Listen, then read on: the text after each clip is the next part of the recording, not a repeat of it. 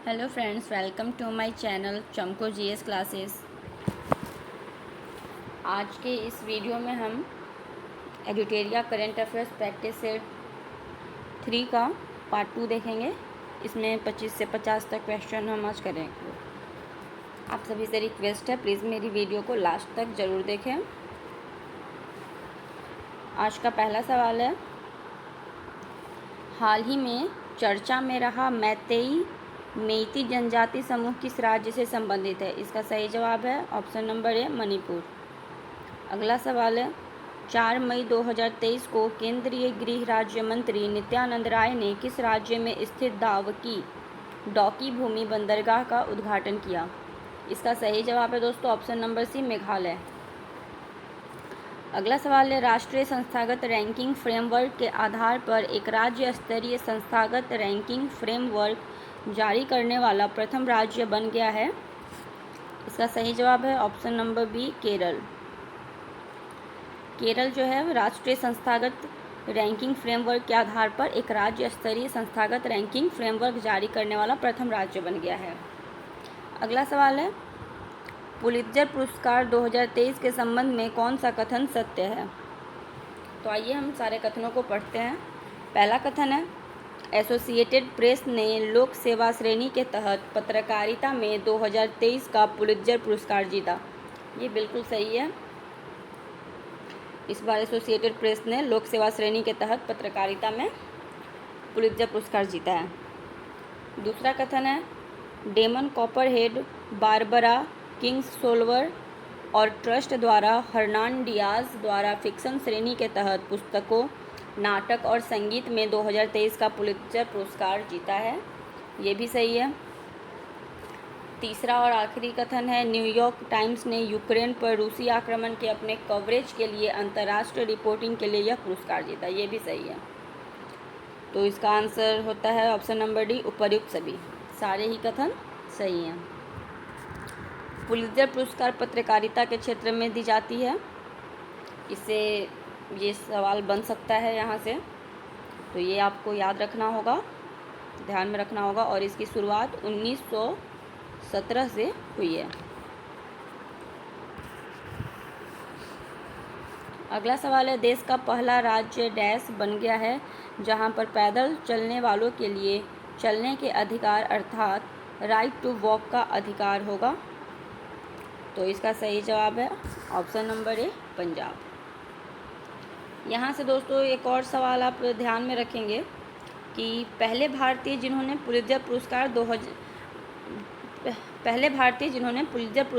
प्राप्त किया, तो इसका जवाब होगा दोस्तों गोविंद बिहारी लाल। पहले भारतीय हैं गोविंद बिहारी लाल जिन्हें पुलित्जर पुरस्कार मिला था। अगले सवाल है, देश का पहला राज्य डैश बन गया है जहां पर पैदल चलने वालों के लिए चलने के अधिकार अर्थात राइट टू वॉक का अधिकार होगा? इसका सही जवाब है पंजाब।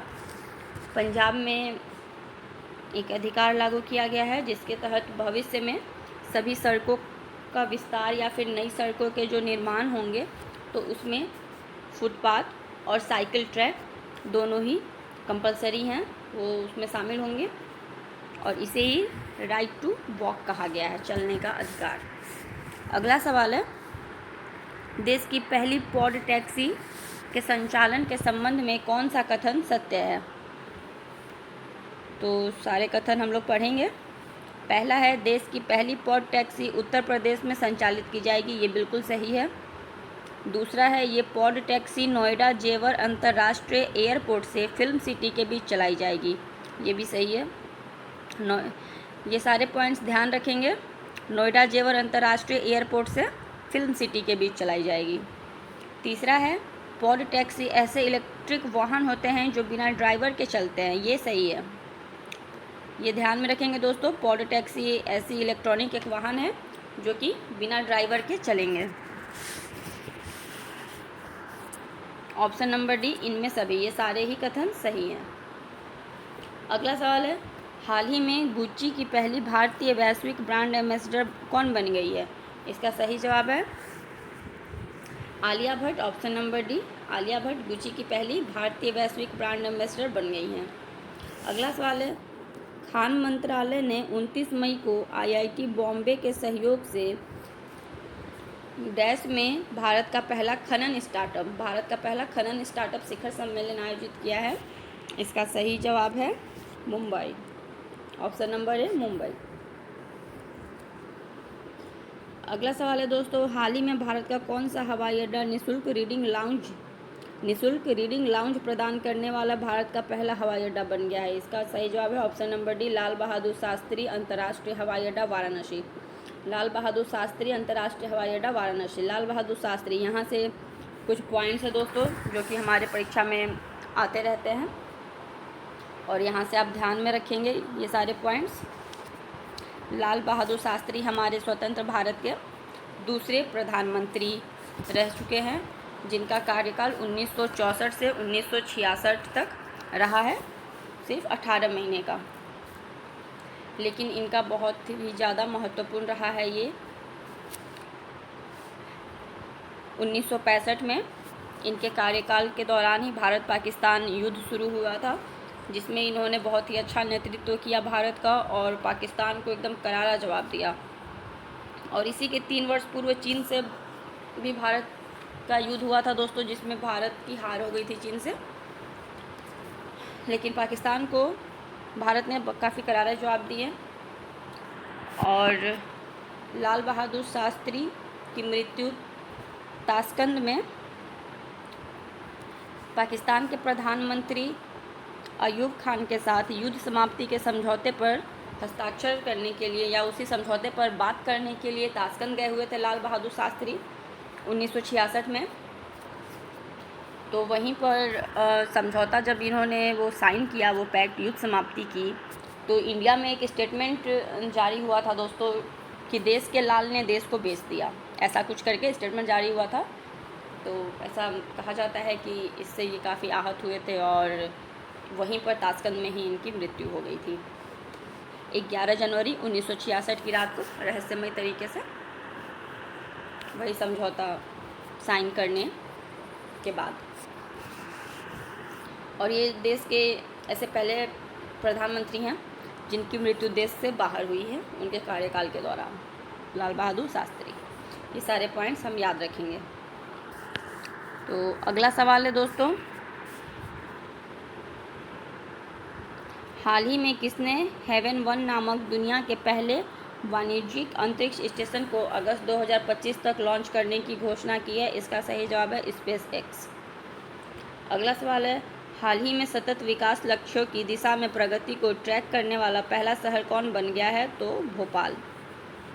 सतत विकास लक्ष्यों की दिशा में प्रगति को ट्रैक करने वाला पहला शहर भोपाल बन गया है। और इंदौर के लिए हम याद रखेंगे कि ये लगातार 6-7वीं बार भारत का स्वच्छ शहर रहा है, सबसे स्वच्छ इंदौर। अगला सवाल है, हाल ही में प्रमोद भगत ने थाईलैंड पैरा बैडमिंटन अंतर्राष्ट्रीय टूर्नामेंट में कौन सा पदक जीता? तो इसका सही जवाब है स्वर्ण। प्रमोद भगत ने थाईलैंड पैरा बैडमिंटन अंतर्राष्ट्रीय टूर्नामेंट में 2 स्वर्ण पदक जीते हैं और ये बिहार के वैशाली से हैं। ये पॉइंट भी हम यहाँ याद रखेंगे। थाईलैंड पैरा बैडमिंटन अंतर्राष्ट्रीय टूर्नामेंट में भारत ने कुल 16 पदक जीते हैं, जिसमें से 4 स्वर्ण पदक हैं और 2 स्वर्ण पदक प्रमोद भगत ने जीते हैं। अगला सवाल है, हाल ही में आयोजित स्पेनिश फुटबॉल लीगा 2022-23 का खिताब किस टीम ने जीता? तो इसका सही जवाब है बार्सिलोना। बार्सिलोना स्पेन का एक शहर है, काफ़ी बड़ा शहर है ये और मोस्ट विजिटेड शहर है बार्सिलोना, और ये रोम से भी पुराना शहर है दोस्तों। ये सारे पॉइंट्स आप ध्यान में रखेंगे। अगला सवाल है, हाल ही में किस अंतरिक्ष एजेंसी ने चंद्रमा की सिम्युलेटेड मिट्टी से निर्वात के वातावरण में ऑक्सीजन निकालने में सफलता हासिल की है? तो इसका सही जवाब है नासा। अगला सवाल है, ग्रीन ऑर्गेनाइजेशन ने किस मेट्रो को ग्रीन वर्ल्ड अवार्ड 2023 प्रदान किया? तो इसका सही जवाब है चेन्नई मेट्रो। चेन्नई मेट्रो को ग्रीन ऑर्गेनाइजेशन ने ग्रीन वर्ल्ड अवार्ड 2023 प्रदान किया है। अगला सवाल है, हाल ही में किसे परमाणु ऊर्जा आयोग के अध्यक्ष के रूप में नियुक्त किया गया है? तो इसका सही जवाब है AK मोहंती। A.K. मोहंती वर्तमान में परमाणु ऊर्जा आयोग के अध्यक्ष हैं। अगला सवाल है 12 से 13 मई 2023 को छठा हिंद महासागर सम्मेलन IOC कहाँ आयोजित किया गया? तो इसका सही जवाब है दोस्तों ढाका, बांग्लादेश। अगला सवाल है किस संगठन ने हाल ही में नीति आयोग के साथ मिलकर सामाजिक क्षेत्र में सर्वोत्तम अभ्यास एक संग्रह 2023 जारी किया? तो इसका सही जवाब है संयुक्त राष्ट्र विकास कार्यक्रम। UNDP ने मिलकर नीति आयोग के साथ मिलकर सामाजिक क्षेत्र में सर्वोत्तम अभ्यास का एक संग्रह जारी किया है। अगला सवाल है वित्त मंत्रालय की किस विभाग ने हाल ही में कोविड-19 अवधि के लिए सूक्ष्म, लघु और मध्यम उद्यमों को राहत प्रदान करने के लिए विवाद से विश्वास को राहत योजना शुरू की है? तो इसका सही जवाब है व्यय विभाग, एक्सपेंडिचर डिपार्टमेंट। अगला सवाल है हमारा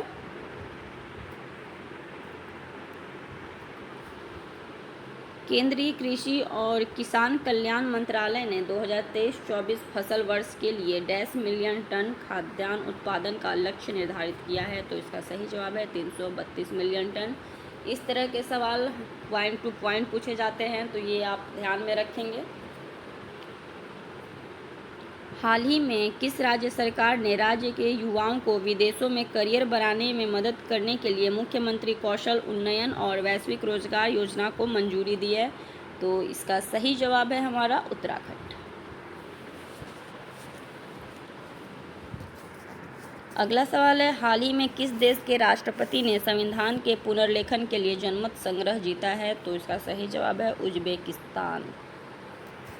उज्बेकिस्तान के राष्ट्रपति ने संविधान के पुनर्लेखन के लिए जनमत संग्रह जीता है। वहाँ के संविधान को फिर से लिखा जाएगा, जिसमें काफ़ी बदलाव भी आएंगे या फिर नहीं भी आएंगे।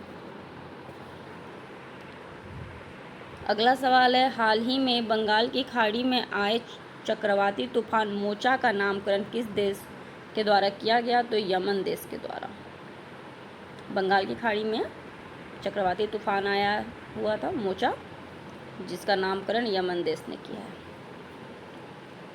अगला सवाल है तुर्की की मंजूरी के बाद कौन सा देश नाटो का 31वां सदस्य बन गया? तो इसका सही जवाब है फिनलैंड, झीलों का देश फिनलैंड। ये पॉइंट याद रखेंगे।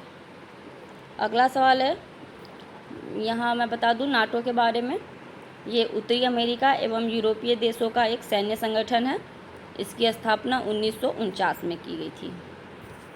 अगला सवाल है कांग्रेस के पूर्व नेता और डेमोक्रेटिक आज़ाद पार्टी के अध्यक्ष गुलाम नबी आज़ाद की आत्मकथा डैश का विमोचन नई दिल्ली में किया गया? तो इसका सही जवाब है आज़ाद।